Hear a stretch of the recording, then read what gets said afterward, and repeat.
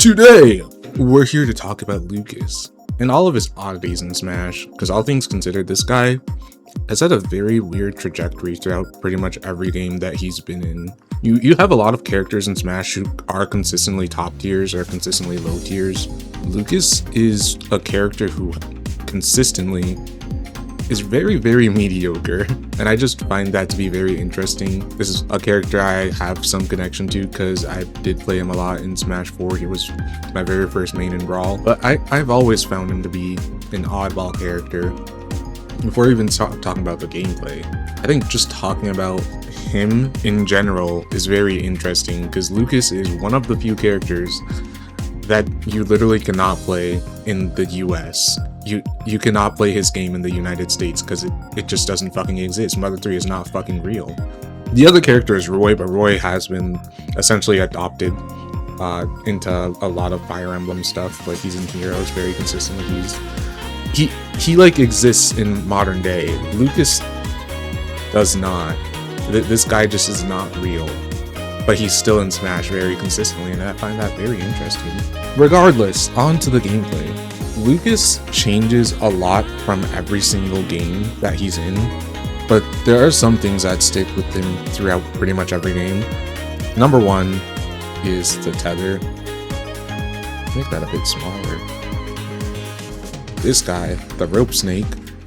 Lucas has it in every single game that gives him access to a tether grab and also a tether recovery, which is very notable because it gives him a much better recovery than someone like Ness. Second, I don't know why I didn't put anything here, but this is supposed to be his double jump. He has a delayed double jump, which he also shares with Ness and many other characters, which means that he goes down a bit. Well, not goes down, but he stalls a bit before he actually goes up with his double jump, as opposed to instantly going up. So that is both a blessing and a curse in some situations. We'll get into it more later. And lastly, PK Fire. There's not a lot special about this, but in every single game, this is one of his best tools. It stops people from just getting onto him. He is a bit of a slower character, but PK Fire really helps him to just push people off and just maintain space. That's one of his most consistent tools in every single game, so very important to note here. But also, in every single game, this guy's not really performing that well. Sad to say, but Lucas is not really a top tier candidate. Lower half of the cast in Brawl, just about lower half of the cast in Smash 4, lower half of the cast in Ultimate. So he's kind of bad, but not actually that bad. What these numbers do not tell you is that there has been a Lucas player ranked top 100 at least in every single Smash game. So he's not terrible, but he is certainly struggling quite a lot in a lot of games. So, how did it all start? In Brawl, the first thing with Lucas in Brawl that if you like go to his page in Smash Wiki, you'll see he has some weird tech. He has the magnet pull, which if you do a PK Fire and you do a magnet right after, you will get a lot of distance, and that helps his recovery a lot. It can do some stuff in neutral. It's cool. He has why'd I forget what you can call it? The zap jump. If you do a PK Fire, you're not supposed to see this right now. If you do a PK Fire, the frame after you do a double jump, is that right? That might not be right. I'm double checking that right now.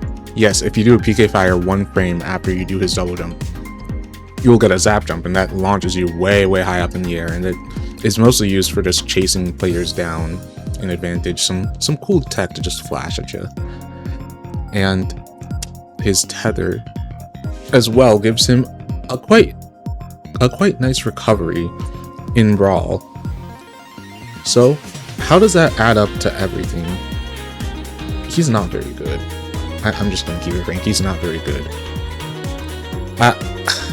One weird thing about Lucas in this game, despite him having a tether, his tether doesn't actually do any damage. And this is the only tether in the series that does it. And it does actually matter a lot because tethers in Brawl are pretty damn broken. So this guy just loses access to one of the best tools that he could have had just because Brawl is Brawl and he gets messed up. But aside from all of his tech, Lucas doesn't actually have a lot going on. All things considered, Brawl doesn't really do him a lot of favors. He doesn't have a lot of tools to actually get combos going, like most other characters, but it's especially bad for him. And he would ideally like to get in and hit his large moves, but all of his big moves are very, very committal, and you don't want to be throwing it out that much. You don't have a very consistent neutral, so you're either not hitting hard enough or you're just not doing anything at all. And so it means he doesn't really have a game plan. And the elephant in the room, the most well-known fact of trivia at this point, Lucas and Ness both have an extra 10 frames on their grab release animation, which means some characters just get to bully him. Well, everyone gets to bully him more. Everyone gets custom combos on him, and especially this guy. This guy loves that. Uh-oh, big-ass sword. Not even big-ass sword, big-ass grab, because he just chain grabs you all over the stage, and then he hits you with a big-ass sword. He gets a real 0 to death on the players, and you just can't do anything about that. This is one of the best characters in the game, and you just instant lose on character select. One fart, and you're killed by the shadow people.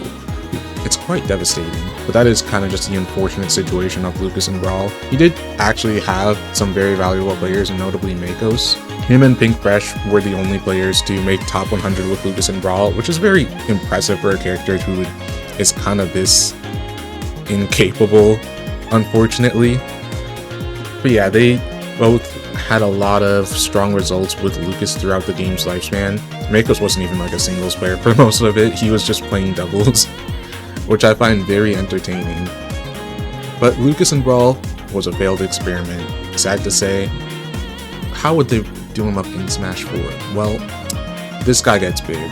He gets very big, and I'm very glad about that. In Smash 4, well, first of all, grab his... God! Haha.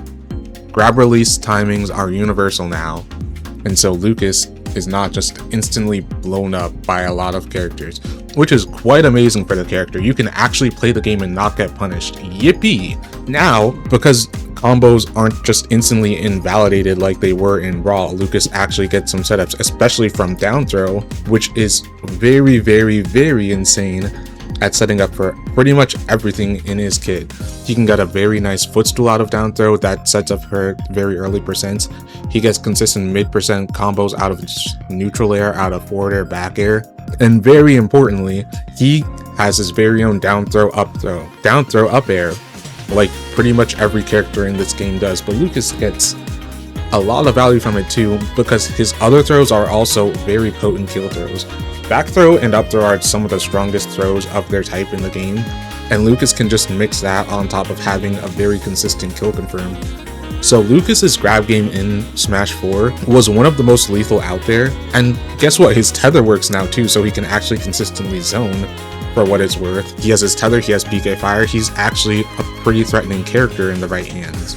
So, why is he still kind of mediocre in this game?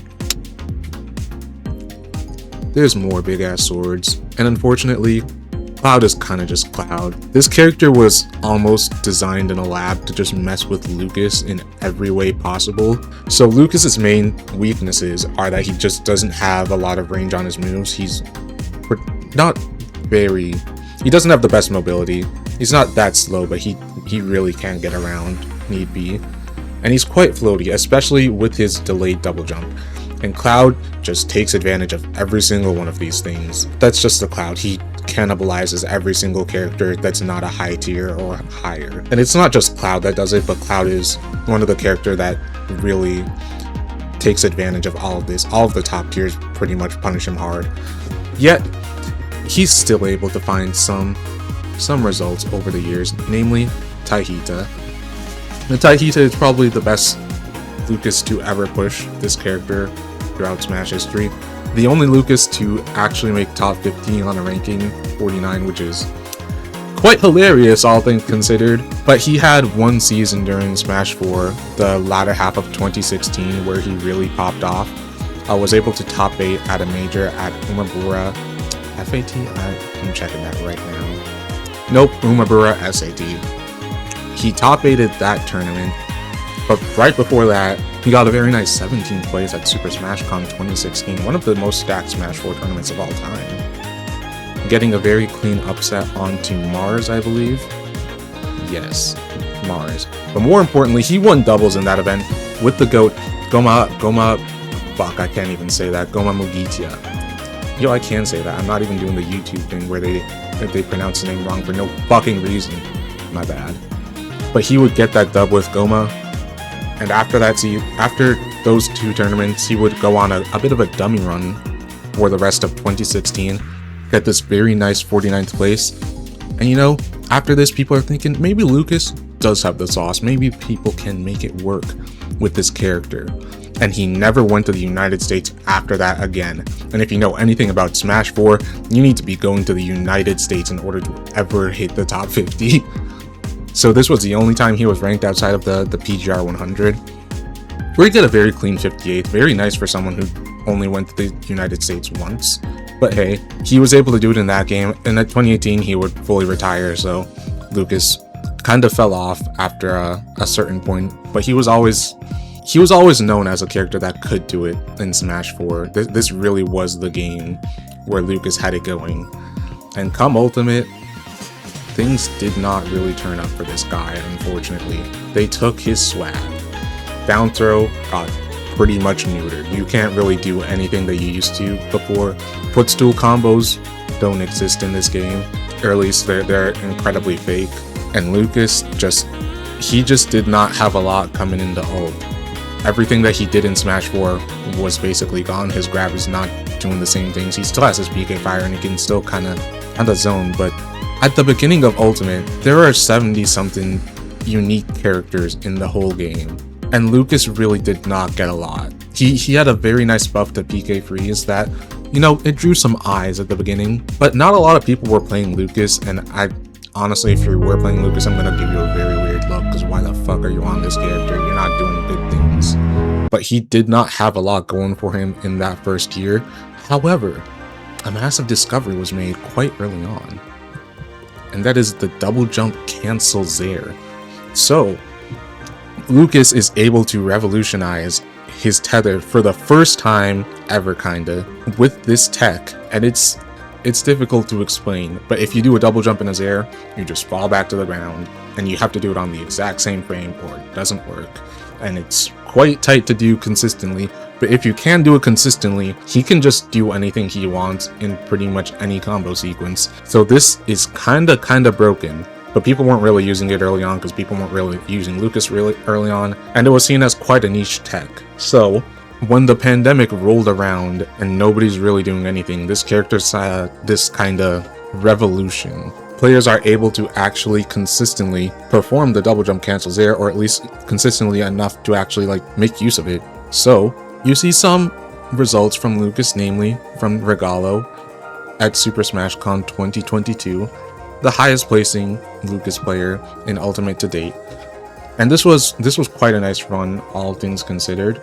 After getting wins on Siski, Yoni, Chunky Kong, and Apollo Kage, they would finish at 9th place, which is still the best Lucas run that we've had to date. And afterwards, Regalo didn't really see anything to this caliber, but we have seen a lot of Lucas players just make solid enough regional results for the character to still be talked about, but never really see it come into one big run.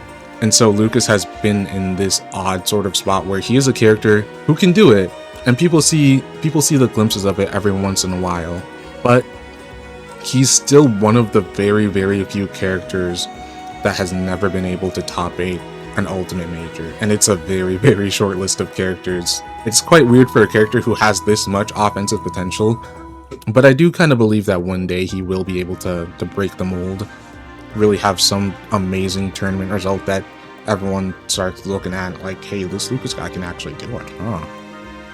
But until then, he is the potential man of Super Smash Bros. Ultimate. And so, can he be saved? No. He can't, but we can make him Rob. One thing I did notice, going through all of the information is that he is pretty similar trajectory-wise to Rob, in that they both have this this pseudo-zoner thing going on where they don't actually like to zone, but if they zone, they can force people to actually approach them and do things. But they're quite underwhelming in both Brawl and Smash 4. They have some things going on, but they don't really have a whole lot going on. They're not the scariest characters in the world, but Rob became the scariest character in the world come Ultimate, pretty much off of one buff to Arm Rotor. So my proposition, if you want to make Lucas incredibly broken, you just give him Arm Rotor, man. You turn one of his moves into Arm Rotor. I don't care what move it is.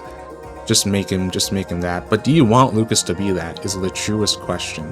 Do you actually want a stupid broken killing child, the murder robot, reincarnated as this stupid child? I don't think that's what we want as people. I think we want Lucas to stay the same, forever chudded in all of his youth. So my proposition, we probably just don't even put him in the next Smash game. I'm being real. I don't know why this guy is still here. This kid has just been here for too long. But as long as he's here, we can just admire how odd he is. Thank you for watching, and here's a circle around Rob. Thank you for watching.